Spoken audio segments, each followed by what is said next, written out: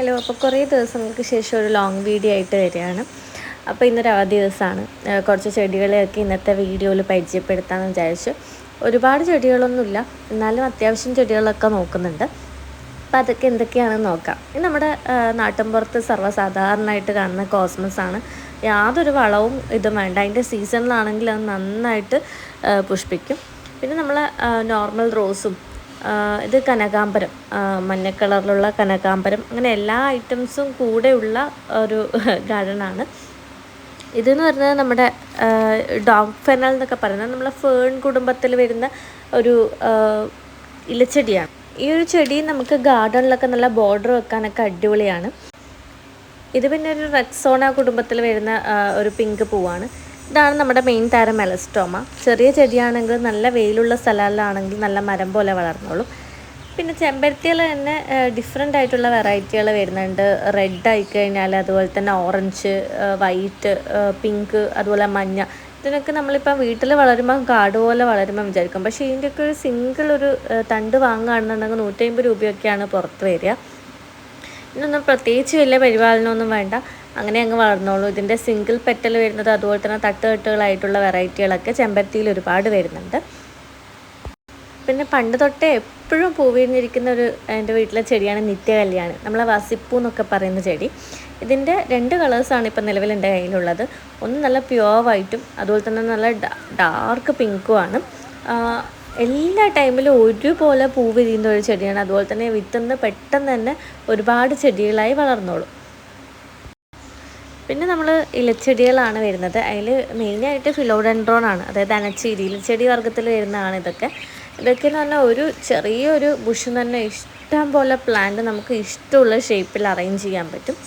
അതുകൂടാതെ തന്നെ ചെറിയൊരു ലീഫ് മതി, അതിൻ്റെ അകത്ത് തന്നെ പെറ്റൽ വരും.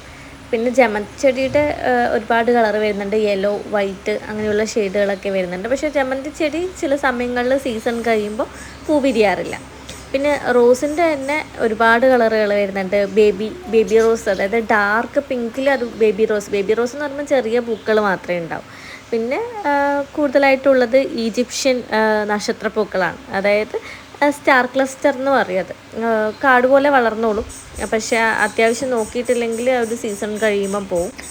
പുറത്തുനിന്ന് വാങ്ങിയ ചെടിയിൽ എനിക്ക് ഏറ്റവും കൂടുതൽ കാലം എനിക്ക് നിന്നിട്ടുള്ളത് ഇപ്പോൾ ഈ ഡയാന്തസ് ആണ്.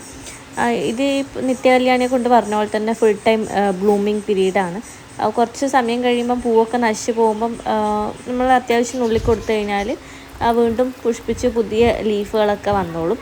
നല്ലൊരു പ്ലാന്റാണ്. ഇതിൻ്റെ തന്നെ ഡിഫറെൻറ്റ് കളേഴ്സ് വരുന്നുണ്ട്. ഈ ഡയാന്തസ് ചെടികൾക്ക് അധികം വെള്ളം പറ്റില്ല. മഴയുള്ള സമയത്താണെങ്കിൽ നമുക്ക് തണലത്തേക്ക് മാറ്റി വെക്കുന്നതാണ് നല്ലത്. പിന്നെ ഉള്ളത് റെഡ് റൂബി, അതായത് നമ്മളെ കാട്ടുപൊന്നാങ്കണ്ണി എന്നൊക്കെ പറയുന്ന ചെടി. പിന്നെ ഡെയ്സി വർഗ്ഗത്തിൽ വരുന്ന ആസ്റ്റർ, നല്ലൊരു ഫ്ലവറിങ് ചെടിയാണ്. അതായത് ആ ഒരു സീസണിൽ ആ ഒരു ബ്ലൂമിങ് കാണാൻ വേറെ തന്നെ ഒരു ഭംഗിയാണ്. ശരിക്കും ഒരു ആർട്ടിഫിഷ്യൽ പ്ലാന്റ് പോലെ തോന്നും. അത്രയും മനോഹരമായിട്ട് പുഷ്പിക്കുന്ന ഒരു പൂവാണ് ആസ്റ്റർ. അതിൻ്റെ 2 വെറൈറ്റീസാണ് എൻ്റെ കയ്യിലുള്ളത്. പക്ഷേ ഒന്നിൽ ഇതുവരെ പൂ വിരിഞ്ഞിട്ടില്ല. പക്ഷേ ഒന്നിൽ നന്നായിട്ട് നല്ല വയലറ്റ് ഷെയ്ഡിലുള്ള പൂ വിരിഞ്ഞിട്ടുമുണ്ട്. പിന്നെ നമ്മുടെ കയ്യിലുള്ളത് അരളിയാണ്, അതായത് ഇൻഡോറിലും ഔട്ട്ഡോറിലും ഒരുപോലെ വളർത്താൻ പറ്റുന്ന ബുഷി ആയിട്ടുള്ള ഇലച്ചെടികളിലൊന്നാണ് അരളിയ. ഞാൻ നേരത്തെ പറഞ്ഞ പോലെ തന്നെ റോസിൻ്റെ ഒരുപാട് ഷെയ്ഡുകൾ എൻ്റെ കയ്യിൽ അവൈലബിൾ ആണ്. അപ്പോൾ റോസിൻ്റെ പ്രത്യേകത എന്ന് വെച്ചാൽ ഒരു സമയം പൂവിട്ട് കുറച്ച് കഴിയുമ്പോൾ തന്നെ കുറച്ച് ക്ഷീണിച്ച പൂവുകളൊക്കെ മുറിച്ച് കഴിഞ്ഞാൽ തന്നെ ചെടി ഒന്ന് ഫ്രീ ആവും. പിന്നെ എന്ന് പറഞ്ഞാൽ ഈ ബേബി റോസ് ഇപ്പം നന്നായിട്ട് വളർന്നിട്ടുണ്ട്, ഒരുപാട് പൂക്കളുണ്ടാവും. പിങ്ക് കൂടാതെ യെല്ലോ, അതുപോലെ തന്നെ ഈ പിങ്ക് റോസിനെ തന്നെ മാറ്റി നട്ട് കഴിഞ്ഞാൽ ഒരുപാട് ഡിഫറെൻറ്റ് ഷെയ്ഡിലുള്ള റോസാപ്പൂക്കളുണ്ടാവും. പിങ്ക് കൂടാതെ നല്ല ഓറഞ്ച് ഷെയ്ഡൊക്കെ എൻ്റെ കയ്യിലിപ്പോൾ ഉണ്ട്. റോസ് ആകുമ്പോൾ കുറേ കാലം നിന്നോളും. കുറച്ച് വളമൊക്കെ മാറ്റി കൊടുത്തു കഴിഞ്ഞാൽ ഇടയ്ക്കിടയ്ക്ക് പൂവ് കിട്ടുള്ളൂ. പിന്നെ കയ്യിലുള്ള എല്ലാ ചെടികളെയും പേരൊന്നും എനിക്ക് അറിഞ്ഞൂടാ. ഞാനൊരു ഇപ്പോൾ ഈ റോസിൻ്റെ തൊട്ടപ്പുറത്തുള്ള റെഡ് പ്ലാന്റിൻ്റെ നെയിമൊന്നും എനിക്ക് അറിഞ്ഞൂടാ. പക്ഷെ ഇലച്ചെടികളാണ്, അത്യാവശ്യം ചെറിയ വെള്ള പൂക്കളൊക്കെ വിരിയും, നന്നായിട്ട് പടർന്നു പിടിക്കുന്ന ഒരു ചെടിയാണ്. പിന്നെ വിഷ്ണുക്രാന്തി, അതുപോലെ തന്നെ golden cypress, white rose, gerbera, syngonium, അങ്ങനെ പിന്നെ ഹൈഡ്രാഞ്ചിയ നമ്മളെ ഫെബ്രുവരി മാസങ്ങളിലൊക്കെ കൊലകൊലയായിട്ട് പൂ വിരിയുന്ന ഹൈഡ്രാഞ്ചിയൻ്റെ ഒരുപാട് വെറൈറ്റീസ് ഉണ്ട്. പക്ഷെ ഒന്നും വലുതായിരുന്നില്ല, നട്ടിട്ട് കുറച്ച് ദിവസമേ ആവുന്നുള്ളൂ. പിന്നെ പെന്നി വെട്ട് വെള്ളത്തിൽ അതുപോലെ തന്നെ നമുക്ക് പുറത്തും വെച്ചിട്ട് വളർത്താൻ പറ്റുന്ന ഇലച്ചെടികളിലൊന്നായ പെന്നി വെട്ട്. പിന്നെ റക്സോണ ടൈപ്പിൽ വരുന്ന നമ്മളെ തെച്ചിപ്പൂവൊക്കെ പോലെയുള്ള റെഡ് നല്ല ബൊക്ക പോലെ വിരിയുന്ന തെച്ചിപ്പൂ വരുന്നുണ്ട്. മണി പ്ലാന്റിൻ്റെ തന്നെ ഡിഫറെൻറ്റ് വെറൈറ്റീസ് വരുന്നുണ്ട്, വൈറ്റും പ്യുവർ ഗ്രീനും അതുപോലെ തന്നെ നമ്മളെ നോർമൽ കണ്ടുവരുന്ന മണി പ്ലാന്റും.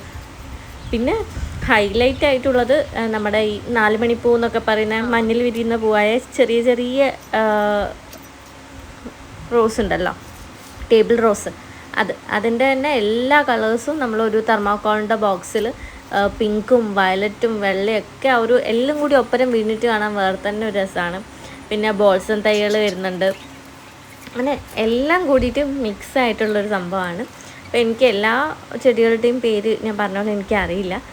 അപ്പം ഞാൻ കാണിച്ചതിൽ അറിയാത്തതിൻ്റെ പേരുണ്ടെങ്കിൽ തീർച്ചയായിട്ടും കമൻറ്റ് ചെയ്യുക.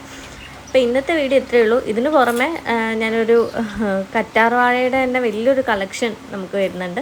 പണ്ടൊന്നും തീരെ കിട്ടാനുണ്ടായിട്ടില്ല, പക്ഷേ ഇന്നിപ്പോൾ ഒരുപാട് വരുന്നുണ്ട്. ചട്ടികളിൽ നല്ല വെയിലുള്ളതുകൊണ്ട് തന്നെ നല്ല വണ്ണത്തിൽ കറ്റാർവാഴ തൈകൾ വരുന്നുണ്ട്. അപ്പോൾ ഇന്നത്തെ വീഡിയോ ഇത്രയേ ഉള്ളൂ. വീഡിയോ ഇഷ്ടമായിട്ടുണ്ടെങ്കിൽ തീർച്ചയായിട്ടും ലൈക്ക് ചെയ്യുക, സബ്സ്ക്രൈബ് ചെയ്യുക. And thank you for watching.